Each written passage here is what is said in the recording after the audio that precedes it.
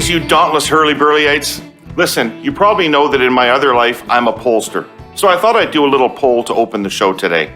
Because we're curious types, and this type of research always helps us make the show better. What is the primary reason you listen to the Herle Burly? Is it insightful commentary and information about subjects of interest? A lineup of guests who enrich public debate on issues of the day? Or C, the host's largely impenetrable references to Caddyshack and or the roster of the 1976 Saskatchewan Roughriders? Or D, it's got little to do with the content. Listening to David just makes me feel better about my own achievements in life. Feel free to post your answer on Twitter. Don't worry, I can take it. And whatever the reason, Herle Burlyites, we really do appreciate you coming back here week after week. All right, today on the show, a fantastic guest and a very timely conversation. We have Dr. Jean Clinton here with us. Dr. Clinton was a close advisor to Kathleen Wynne's government on reforms to publicly funded education in Ontario. She's a clinical professor of psychiatry and behavioural neurosciences at McMaster and a specialist in child psychiatry. Her area of expertise is the development of young minds, with a special interest in brain development and the crucial role relationships and connectedness play in that. So, given that we're recording this episode just a few days before in-person classes resume in Ontario, we're going to talk about these last 2 years of restrictions, school closures and online learning, and what it's all done to kids. What signs should parents look for that children are struggling? How do they make it better? How does a return to physical school look and feel like? And what makes for a better public education system post-pandemic? Dr. Clinton, thank you for coming on the Herle Burly today. It's a real pleasure to have you on. My Thanks for pleasure. sharing your expertise with us.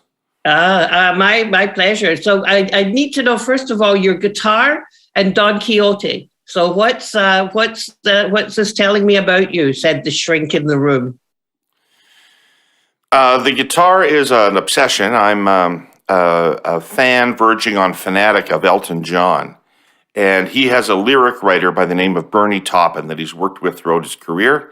And that guitar is Bernie Taupin's guitar. And he wrote all the lyrics up to 2001 for Elton John songs on that guitar. And I bought it at an online auction as a fundraiser. Wow. So that's the guitar. Pretty proud of that. Yeah. And Don Quixote was given to me by my business partner, Jennifer Espy, for my 50th birthday, because that's how she sees me, as somebody that tilts at windmills and tries to do the impossible sometimes. So, and I like it. So that's where those two things come from. Now, What do you think about me? Well, I think that's amazing. I love Elton John, and I think that I really noticed the Don Quixote because I think that's very much what we're going to be talking about today. So I love tilting at windmills and thinking the impossible dream, and moving forward with hope. Yeah, well, hope is in short supply. So let's get to it. Can we start though, Jean? Just a little bit about who you are. What's your background? Where do you come from? So I am a Scottish immigrant, daughter to Eddie and Millie Clinton, who emigrated to Canada to have a better life for their children. 6 kids. My dad was interviewed by the Catholic board here in Hamilton, Ontario, as a teacher in 1965, because at that time we were short of teachers. So I'm a very proud Canadian, but with retain my Scottish heritage and connection. I'm my most important work is my being a mum to 5 fantastic kids, and I'm a nana to 7 grandchildren, 5 and under. So, boy, I know what people are going through in COVID with their little ones. But I'm a child psychiatrist. I have but I've always had a huge interest in understanding how the brain works. So I did my question about the guitar is because my first degree is music and philosophy. I'm one of these weird McMaster grads who got in with a non-science degree, and wanted to really get into medical school and understand the brain, and had some fabulous teachers, some fabulous educators who guided me on the journey, and ended up as a child psychiatrist, and then had the opportunity to work with a guy called Fraser Mustard, who was a real legend. A real legend, absolutely. When I was working with the federal government in Ottawa in the 1990s, in the 90s, Fraser Mustard was the authority on education that I could tell. Yeah. Absolutely, particularly early childhood education, and so I worked along with Fraser and Margaret McCain in the early years, thinking about that, and really realized that what we need to do as a society is be thinking about the whole education system, not just starting at grade 1 or kindergarten, but really thinking of it as a continuum, because the brain changes so much. So I shifted my clinical practice about a decade or so ago to do more knowledge translation. So I take the complex science and find ways to make it accessible to people to understand how important creating the conditions for kids to thrive upstream before they run into difficulties, how important that is. So I spent a lot of time talking to judges and teachers and just about anybody who will ask me, David, to talk about that and the power of human relationships and connections and creating a healthy democratic society. Okay, so let's talk about education and children and their minds. And before we say this, I come from a really strong educational background. My mother was a teacher. Her two sisters were teachers. My uncle was the head of the Canadian Teachers Federation. My cousin was the director of education for the province of Saskatchewan. I come from a family of educators, for sure.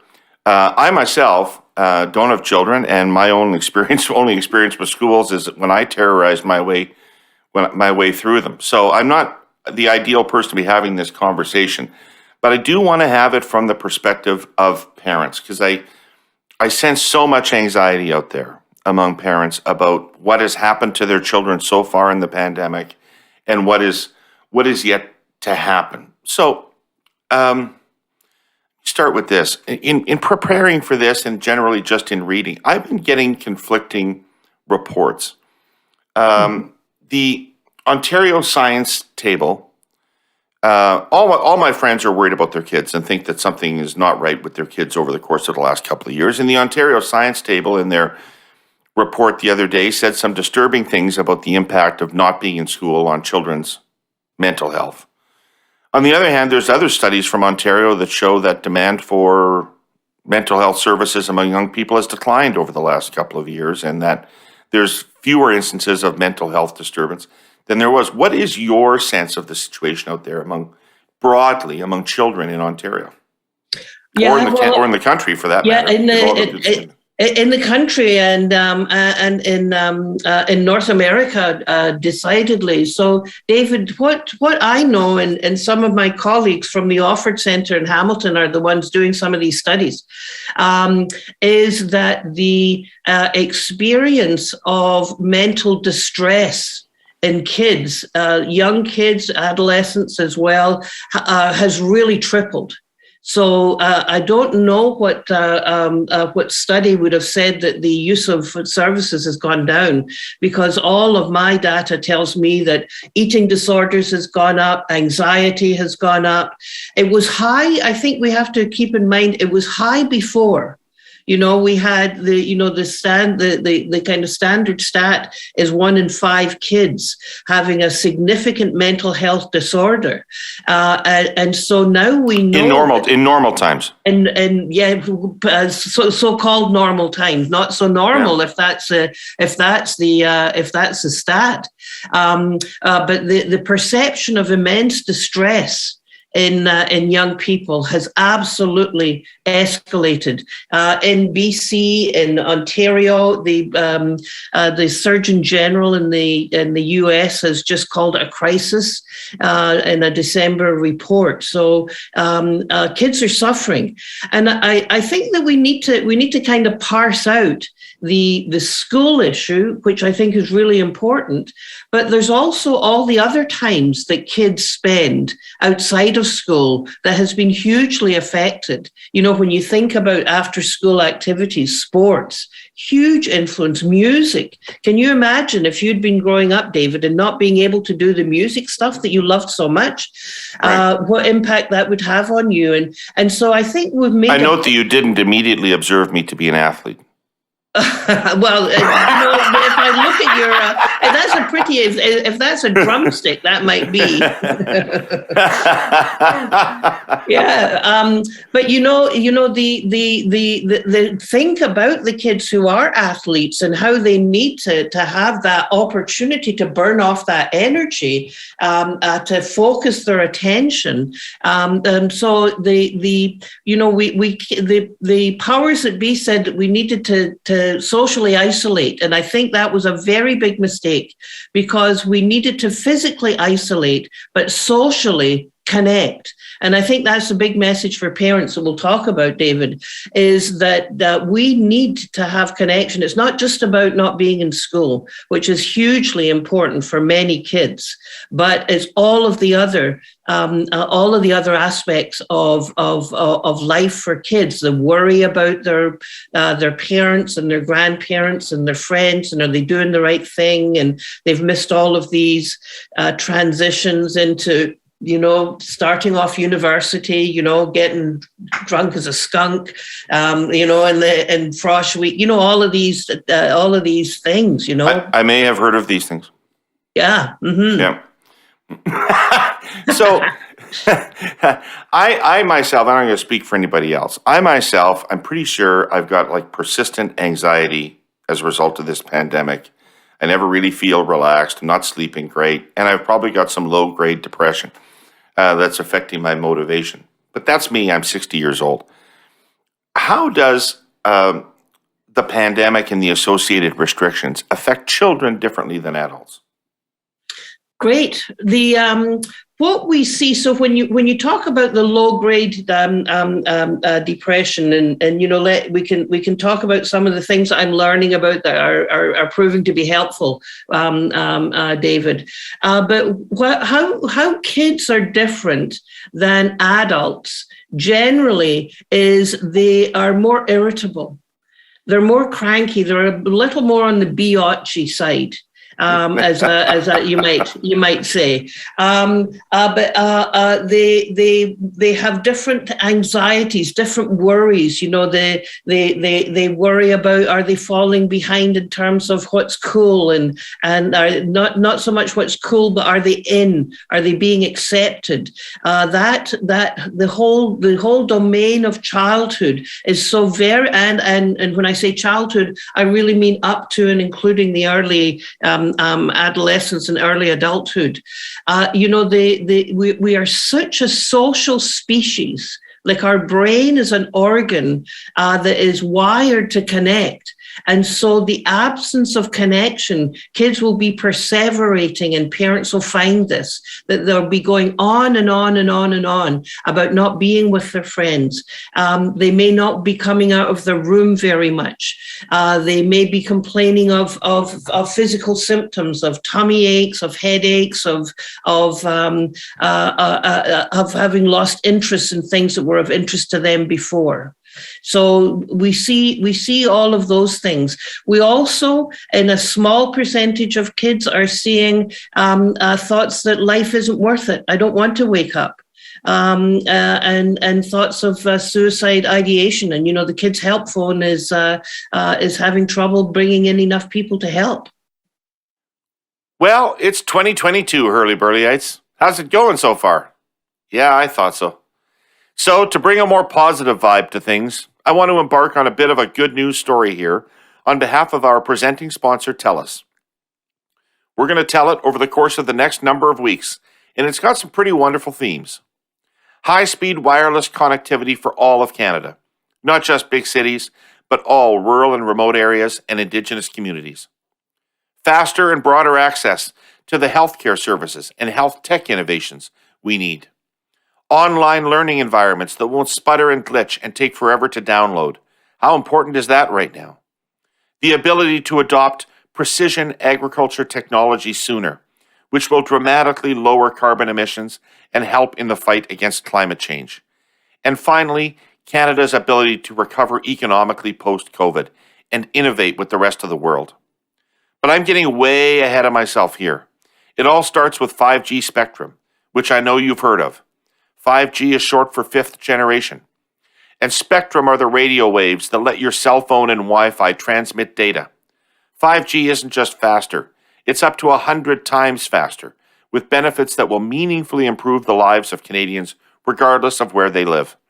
It'll make all those wonderful things I talked about possible. Here's where we are in the story right now. The introduction. The government is holding public consultations on the best way to auction this 5G spectrum to potential carriers. That's a great thing. They want it to be fair. They want it to be universal. They want it to spur competition so monopolies don't result, and Canadians get the best product at fair prices. Over the next few weeks, chapter by chapter, I'm going to tell you the whole story. So stay tuned, Herle Burlyites, because there's a lot more to it, including the role you can play and how TELUS wants to get 5G right for all Canadians. How are kids' brains different than adults' brains? I've read your stuff and about how there's still more, they're developing more than mine is at this point. Are they not still? Even in high school, for example. Even in high school, absolutely. So it used to be thought that the brain, well, the olden days, back when I was in medical school, we thought your genes determined how smart you're going to be. You get your genes from your mom and your dad, and your brain forms in utero, and then, life kind of unfolds. And then a great revolution, the brain era of the brain, where they realized that experience. So how as an infant in utero, how much stress there is, as an infant and preschooler, how much the environment is rich with language and music and singing and soothing and positive and predictable responsive relationships, literally turns the neurons, the brain cells, on to make up connections. And what we now know is those connections are the building block for life. For how you learn, your behavior, even your health, because if you've got too much stress as a kid, then your body, your brain gets prepared to deal with that. So you've got all kinds of fighter cells, and your immune response is overreactive, and you get other diseases. But we can talk about that. And they used to think that was the main time when the brain was under construction. But then other studies in the past couple of decades have shown that there's a huge explosion in adolescence, where an adolescence goes from, you'll be happy to know, from at least 8 or 9 to 25, 28 years of age. Later. Come on, among men it never really ends, does it? Well, that's the other part of it. It's a lot later in some males. So what we know is that the brains of adolescents are not mini adults. They're not adults in waiting. They are actually hugely under construction. And what we know is that which is so alarming and concerning about COVID is we know that what the adolescent brain is doing, what they're busy engaged in, is literally wiring up, getting those super highways of connection or big, strong muscles of connection. And what doesn't get used gets snipped away. So there's a big pruning process that happens in adolescence. So structurally, there's lots of changes. How do we see this in behavior? Because, behavior is the manifestation, or, there's a correlation between that and what's going on in the brain. So what we know is that the child brain and the adolescent's brain is literally being constructed by the experiences that go on in a very, very different way than happens with us in adulthood, because so much of our wiring is fixed and put in place during those times. And the bad news is it starts to deteriorate. Just when you're at the peak, then down it goes. Yeah. Yeah, I didn't need you to point that out to me. I'm intensely aware of it. There's a phrase I've heard repeatedly since the pandemic started that is, kids are resilient. What does that mean? It means that my blood pressure goes high. That's what it means. I freaking hate that term. I hate that phrase because...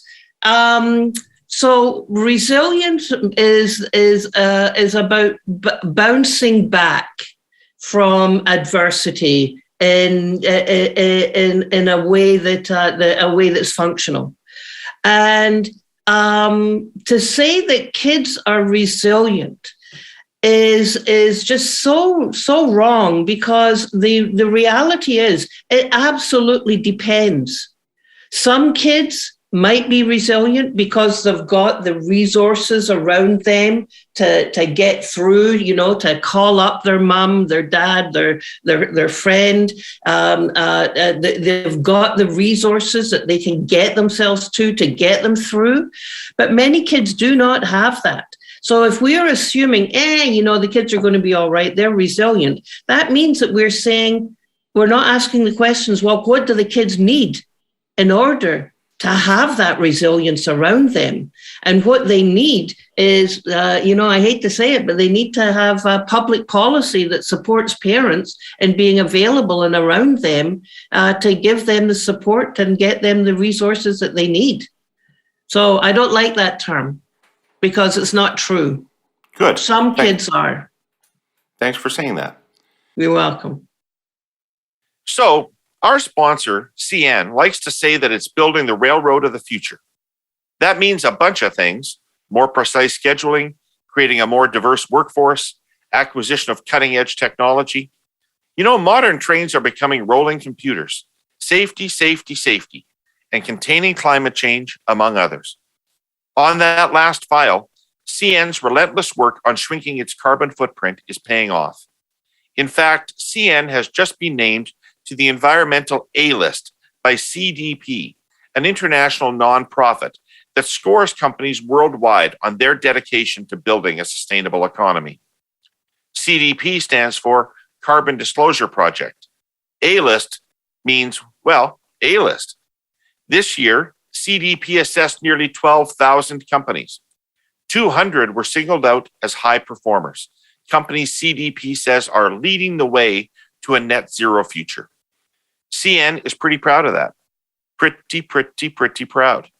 Actually, CN's approach to greening its operations is quite simple: transporting cargo with a minimal impact on our environment. Since 1993, CN has reduced emissions from locomotives by 43%, thereby avoiding 48 million tons of GHG emissions that would otherwise have gone into the atmosphere. The railway has ordered a fleet of electric trucks for the final mile of delivery and has even commissioned a battery electric locomotive. It's an indisputable industry leader in fuel efficiency and is working to lower fossil fuel consumption even further. And just recently, CN joined the Race to Zero campaign, committing to setting targets in line with the goal of holding global warming to 1.5 degrees by 2050. Herle Burlyites have heard me say this before. One train takes hundreds of trucks off of our highways. CN provides a greener, not to mention much more dependable, supply chain. That's what the railroad of the future means. So let's cut to the heart of the matter here, because we're talking on Thursday, and Kids are supposed to go back to in-person schooling in Ontario on Monday. Other provinces, they're already at school. Everybody agrees, I think, that kids are better off in safe schools than they are at home. But are the schools safe is the question. And would you send your kids to school on Monday? I absolutely would. I absolutely would. I would, because my grandkids are their parents have chosen, the 5 and the 4s have also decided, and some of them are educators, my daughter-in-law. The best protection is an immunized adult population for our kids. And I think the strategy, we won't talk about it being late or early or appropriate, blah, blah, blah, blah. But if we've got immunized adults and as many immunized kids as we possibly can, then it is a place where kids should be. If we're doing all of the strategies, that our medical officer of health is talking about, it's a safe place for kids. And the risk-benefit analysis that I would do as a mum, I'd worry like heck about it, no question. I'd worry about it, but at the end of the day, I would be saying the gains that my kids will have from being in school, being with their peers, being with adults who can keep an eye on them, who can help them get excited about learning, is a positive. So that's my kids. But the other big aspect of this, David, is the kids who haven't turned up for online learning. Who, my brother teaches in inner city Hamilton, and at least 50% just haven't shown up. And so they'll hopefully come to in school, because that's where kids who are living on the margins, that's whose kids who we worry about developmentally, that's where they're seen by caring adults. And that group is very important that we have back in school with nurturing, pervasive cultures of caring for them. Hugely, hugely important. So you raised it, as you talked about it, you made me wonder, where are and maybe they're all huge, but in terms of what kids have missed over the last couple of years, should parents be worried about what they've missed educationally, or what they've missed emotionally, or something else? How important is it that you didn't really learn grade 7 math? Yeah. Oh, so David, that you're so right on in terms of what parents are worrying about. So I have a particular take on this. That is, so there's a great debate going on there outside in the world about learning loss and closing the gap and curricular coverage. And I have a huge worry about that, because we're saying that all kids need to come to a particular knowledge base. We're saying we need to make them all the same. And what I'm pushing for, rather than saying let's test them and see how far behind they are, I'm saying let's meet with the kids. Let's get to know what each individual child is needing, what the educators have been doing for a heck of a long time. Let's individualize what each child is needing and follow their lead and what it is that they need. So I've got lots of issues around standardized curriculum that, think I can just imagine, as you talk about your own experience in education, that, trying to fit you into the mold of everybody else, I think would probably, I don't know, I kind of guess might have been a wee bit of a challenge. But we've got, so on the one hand, we're saying nobody was ever more scared than I was the day of parent-teacher interviews, I'll tell you. Yeah, well, I call that, this adult focus on we know what the kids need to know.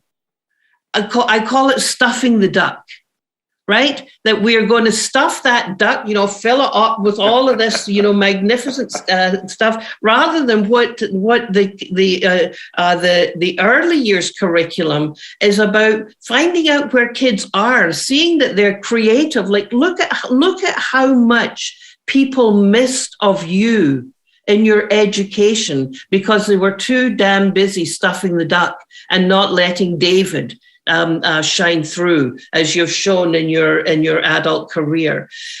So one is we need to meet the kids where they are, and we need to, first of all, though, on the baseline of that is kids are scared.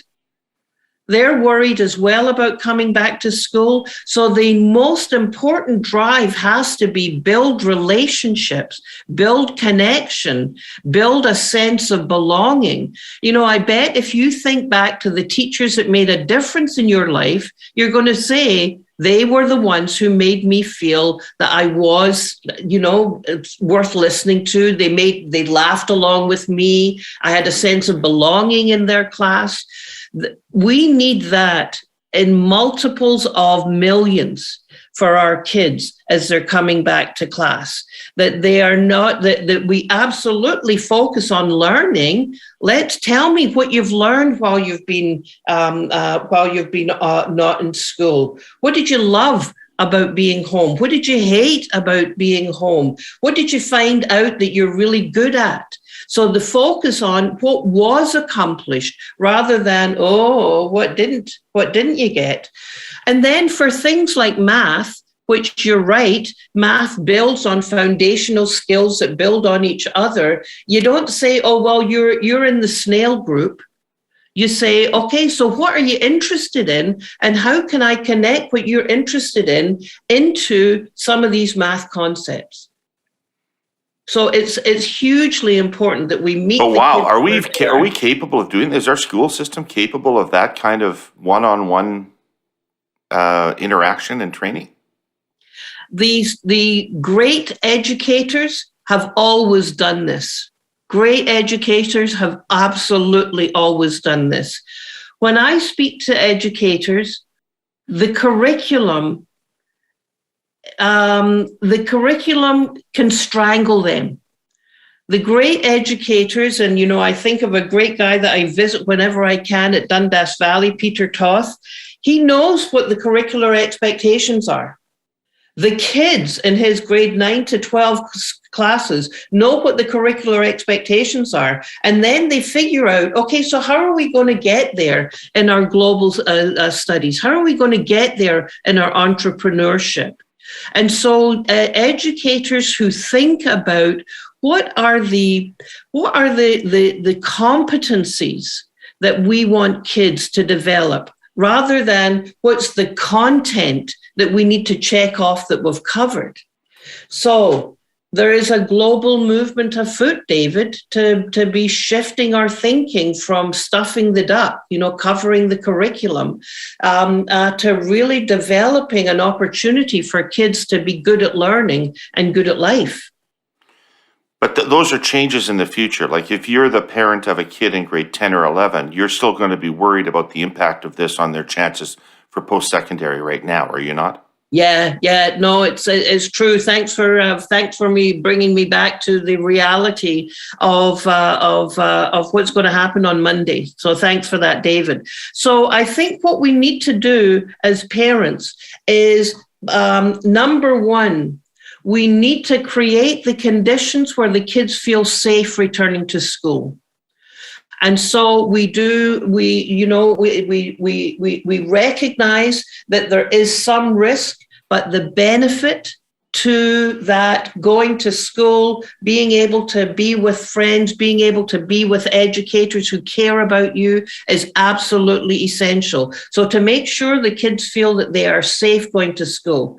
Now, do you know, one of the things that requires, I'd say, David, is that the adults really need to examine their own stuff.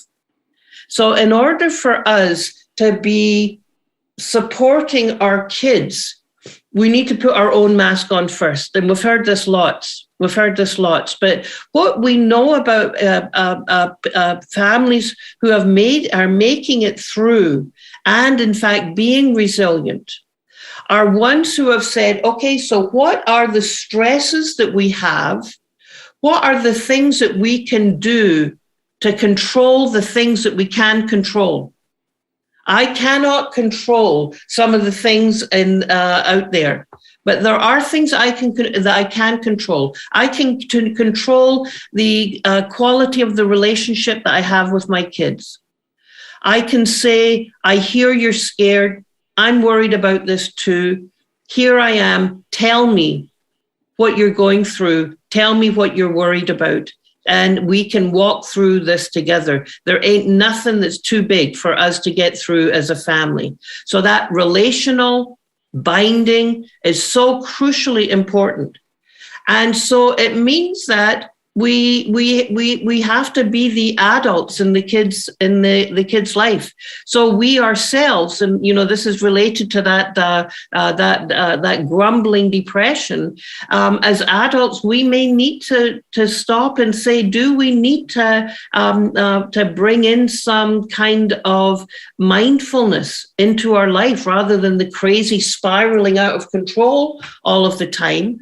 Do we need to take 3 minutes 4 times a day to just stop and focus on our breath, or just, think of someone that you love and say in a 3-minute period, may you be well. May you be free from suffering. I say this not because I've got on Birkenstocks, because I don't, in a flowy skirt, but because this is the science. Richie Davidson and others are showing that this practice of mindfulness, small bursts through the day, can help. And if every parent was able to do that, to find their happy place, and then were there to be safe for their kids, to be able to tell their kids, I see you, I hear you, I really want to help all I can. It makes a huge difference. Boy, I bet it does. Just a small side point. One of the things we could have done to make everybody more comfortable is to make vaccines available and mandatory for everybody that's going to be going into a school. We should have done that, right? I think I agree, everybody coming into school should have that. I think the mandatory piece would just inflame. I worry about that. I think if we make an expectation, and it's a social justice expectation for all, then that's a heck of a lot better to shift the tide so that it becomes that. I think would be pretty good. And when you look at the numbers of vaccinated people in Ontario, without the mandate aspect of it, and this is only my opinion, David, but we've done pretty well. In terms of overall, we've done pretty well without the mandated. The problem is, once you mandate, we've got too many people who are oppositional. As soon as you say that you must, it's like, I bet with you, don't you dare, men. Oh, I dare you. There's lots of that comes about with mandated stuff. Yeah, but we don't say we've done pretty well with measles because we've got 83% of the population or 87% of the population inoculated for measles. We say everybody has to be inoculated for measles. I don't understand why this is different. Yeah, no, it is a good point. It may be that when you're not in the Herle Burly of it, it's easier. It's easier to make it so. Yeah, I know you're not you don't hold yourself out as a gender expert. No. But do you think that one of the reasons schools were closed as much as they were over the past 2 years is because governments knew that women would be there to pick up the slack? What a fascinating question. The cynic in me says that I don't even think that there's enough respect for women to have made that assumption. That's the cynic. Well, that's the cynic in me. But you make such a good point, because when you think about the childcare workforce, and how crucially important we've seen that as a backbone of our the system working. Never mind even talking about the huge importance in terms of brain development and socialization and all of those things. And how little regard there has been. We've only just heard that there's going to be made available vaccines and PPE and all of that, boosters. So that's I think it's an important debate. I think it's an important debate for sure. Yeah, I just think that somehow if it was going to fall to men, they'd have found those masks a lot earlier. Interesting. Very, very interesting. I wonder if that's, I think that would make an absolutely fascinating panel. Absolutely fascinating. And as you dig it, oh, wow. The places you'd go would be just, just amazing. It is a debate. Certainly in the early childhood world and the education world that is predominantly female oriented in terms of the personnel. If it were men, it would be a different story. Yeah. Yeah, starting with pay. Hey, I got to take a digression from you, because to have an expert in adolescent mental health, I got to ask you this question. When I grew up, nobody was talking about the world ending as we knew it, possibly with a nuclear war between Russia and America. But other than that, and that didn't seem terribly wrong, are kids today growing up because of climate change, believing that the world is going to end? And how does that affect their brains? Yeah, hugely. And so there's two sides to that coin, David. One is that absolutely, no wonder kids have more worries, because there are certainly more things to worry about. And the adults in kids' lives are definitely more stressed than in multiple domains without relief from the stress, because our 24/7 on all the time means it's not just kids who are bombarded, but adults bombarded. So our ability to develop a healthy mind has absolutely been changed. And I always bring in the adult influence on the kids. So I think on the one hand, yes, there is an all pervasive kind of a higher hum of anxiety in the airwaves. But on the other hand, we have the magnificence of the adolescent brain. And if you want a complex issue figured and sorted out, give it to a bunch of teens, a bunch of adolescents. Why is that? Sorry? Why is that? Well, because their brains, one, are the art of possibility, and some of the greatest creations have been done by kids, young people who don't have the limitation of that. I tried that before, it won't work. So there is creative spark. There is immense passion. There's a great book by Dan Siegel called Brainstorm. And he talks about the essence of adolescence. So there's the emotional spark, getting into things with great passion. There is the social exploration, figuring out with your friends, how can we come up with a solution? Right now, that goes from how can I stand on this crate? I don't know if you've watched any of the adolescent brain videos on YouTube or David Suzuki, but that kind of sensory exploration. How high can I make this crate explode into the air, kind of. But then there's novelty, and there's the creative exploration.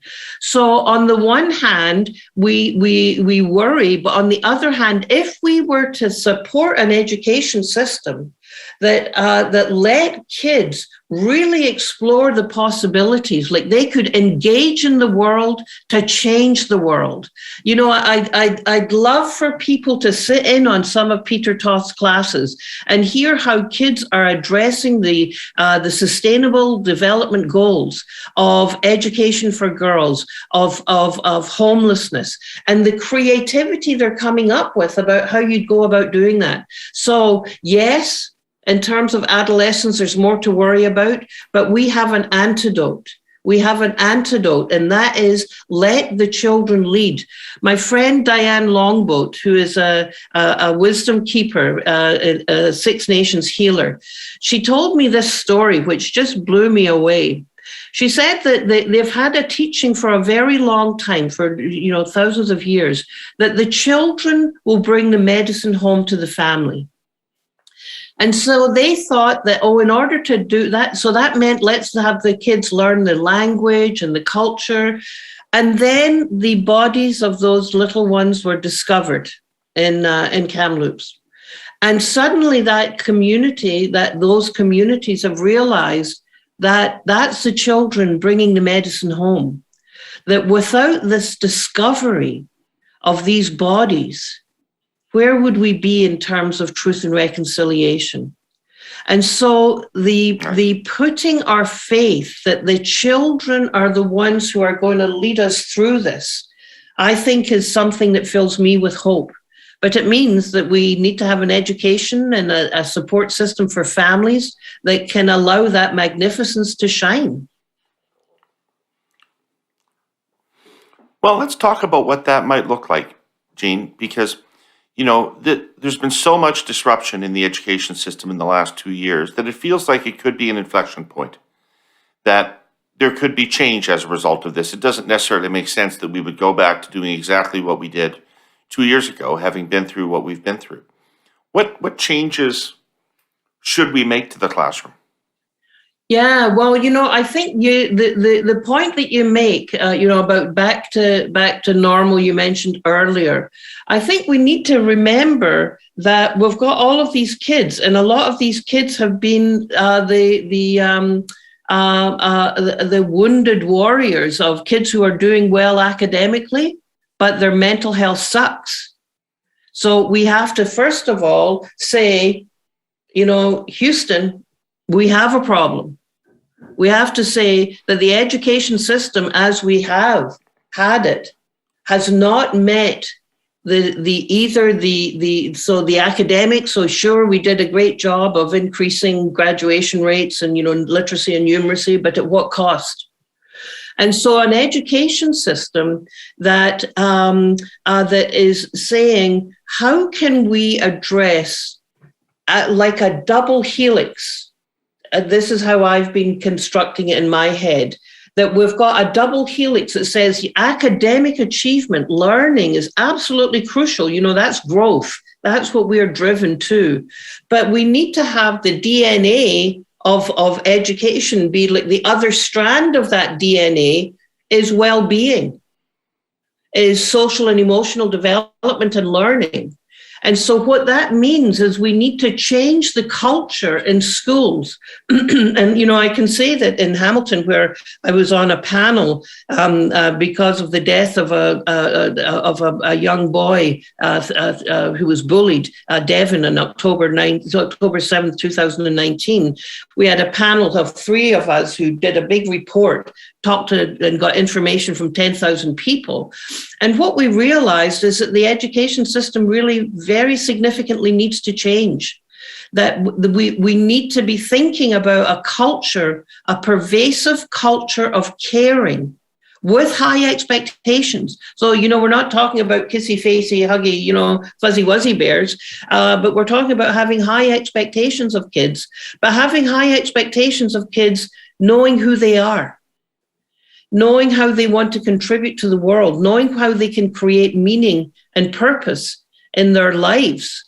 And we do that by bringing social and emotional thinking and development, being aware of your own self, being aware of the knowledge of others, being able to problem solve, being able to learn how to manage your emotions, your behavior, and your thinking.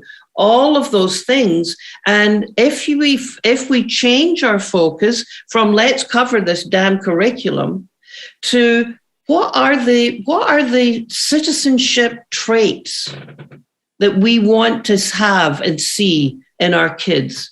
Who are the kinds of people that we want to support the development of? So we focus on competencies. Like, how well do you communicate? How can I help you as a kindergarten kid?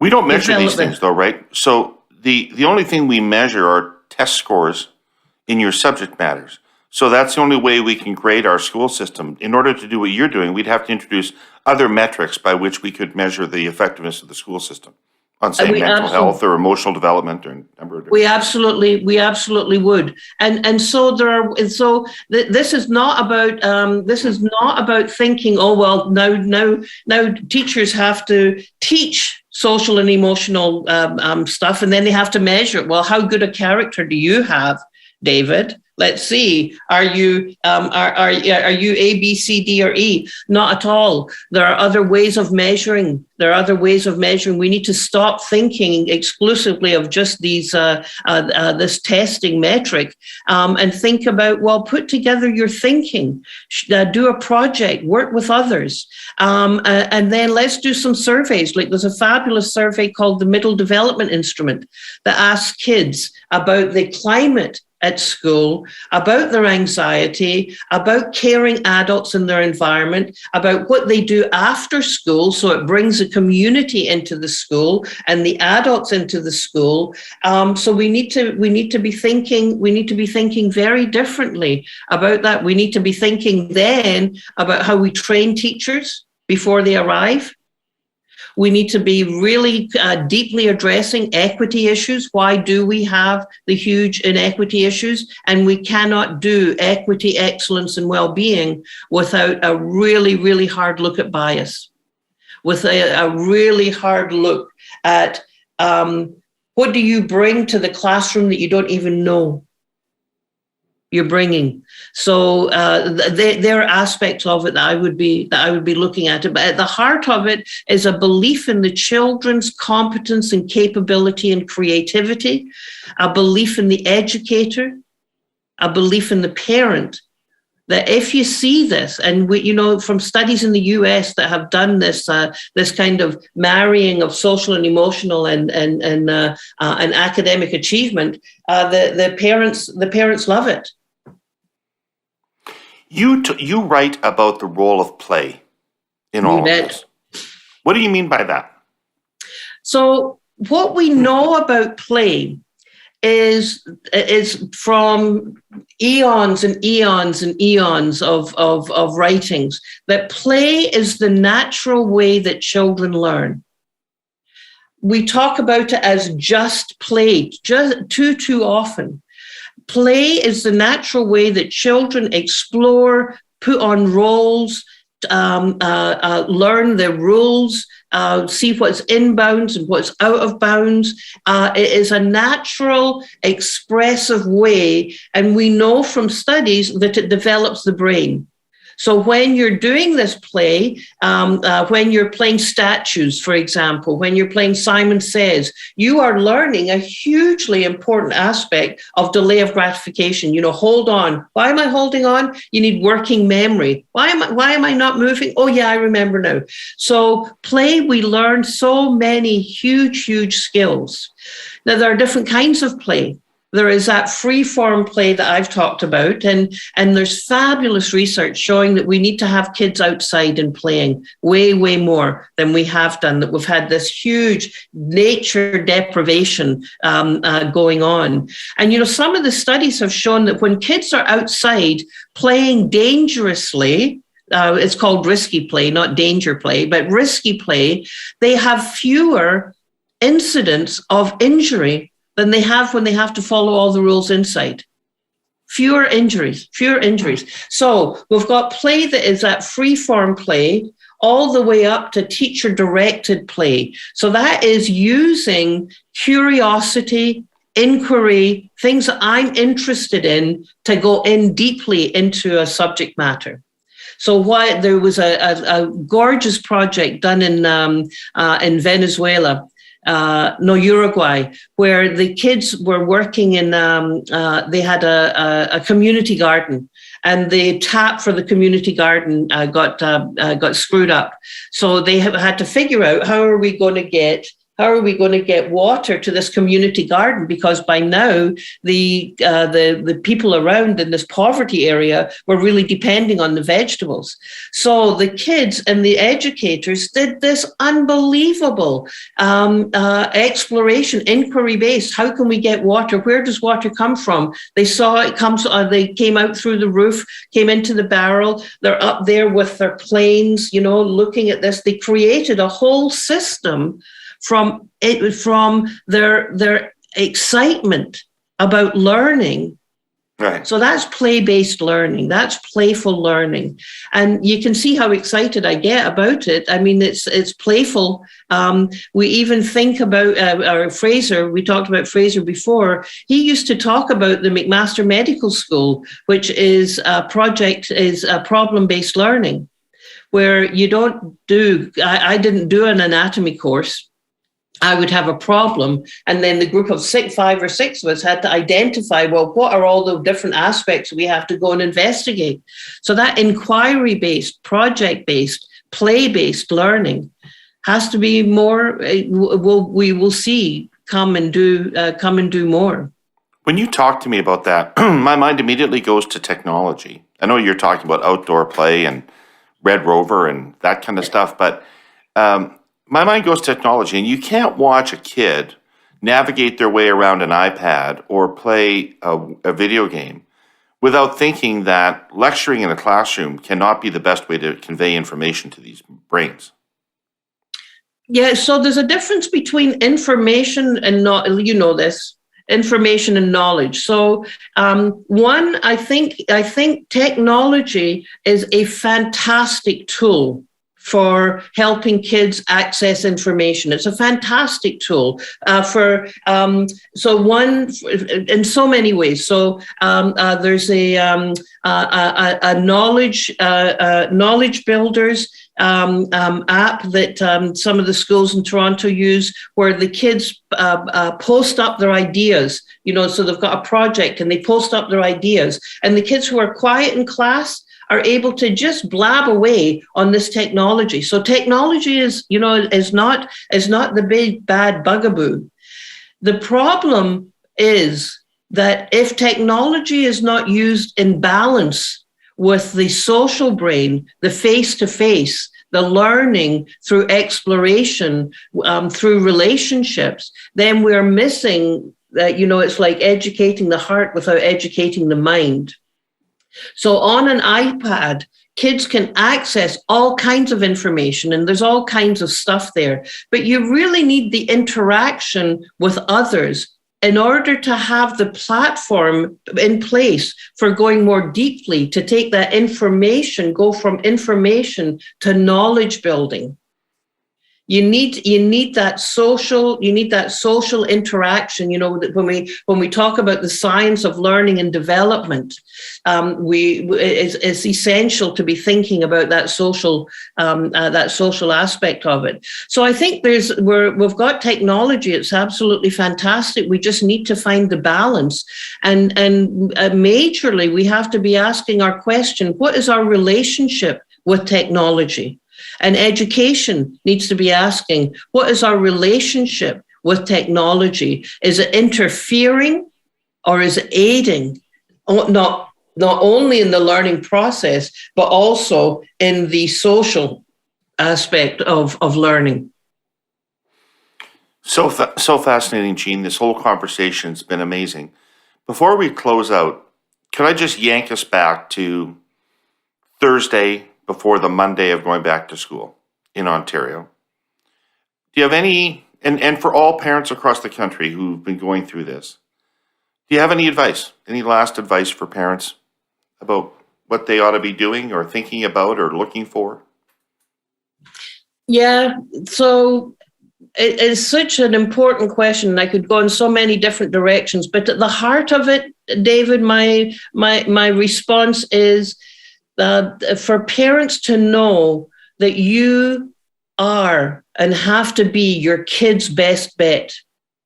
That it's up to you to find the place in your heart where you can say to your kids, "I'm here for you."